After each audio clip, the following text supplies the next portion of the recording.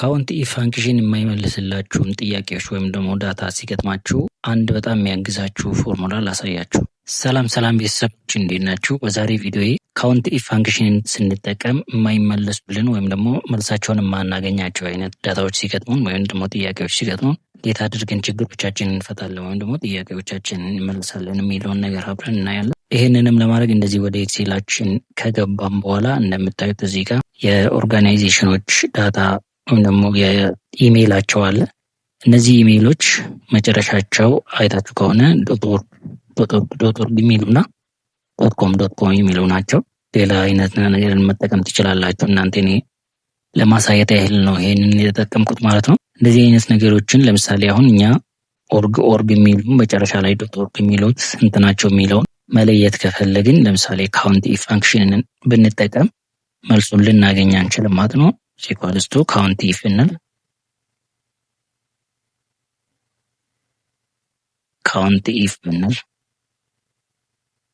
ሬንጅ ያስመርጠናል። ሬንጁን እንመርጥበታለን ማለት ነው። በዚህ መልኩ ሬንጁን ከመረጥንለት በኋላ ኮማ እናደርጋለን። ኮማ ካደረግን በኋላ ክራይቴሪያ ይጠይቀናል። ክራይቴሪያችንን የሚሆነው .org ስለሆነ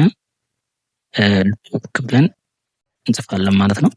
በዚህ መልኩ ከጻፈን በኋላ የከፈትነውን ብራኬት እንዘጋለን። ብራኬታችንን ከዘጋን በኋላ ኢንተር እንላለን ማለት ነው። አሁን እንደምታዩት እዚህ ጋር 0 ነው የሚለው፣ ምንም አይነት እንደዚህ አይነት የሚል ነገር የለም ነው የሚለው። እዚህ ውስጥ ዳታችን ውስጥ እንደዚህ አይነት ነገር የለም ነው የሚለው። ነገር ግን ይሄ ነገር ትክክል አይደለም ማለት ነው። ምክንያቱም .org የሚሉ ብዙ አሉ። እዚህ ጋር ግን 0 ነው እያለ ነው። ምክንያቱም አሁን ችግሩ ምንድነው? የፎርሙላችን ችግር ነው ማለት ነው። የፎርሙላችን ችግር ነው። ስለዚህ ይሄኛውን እንዴት እናስተካክላለን የሚለውን ነገር አብረን እናያለን ማለት ነው ዛሬ። ይህንንም ለማስተካከል ምን እናደርጋለን?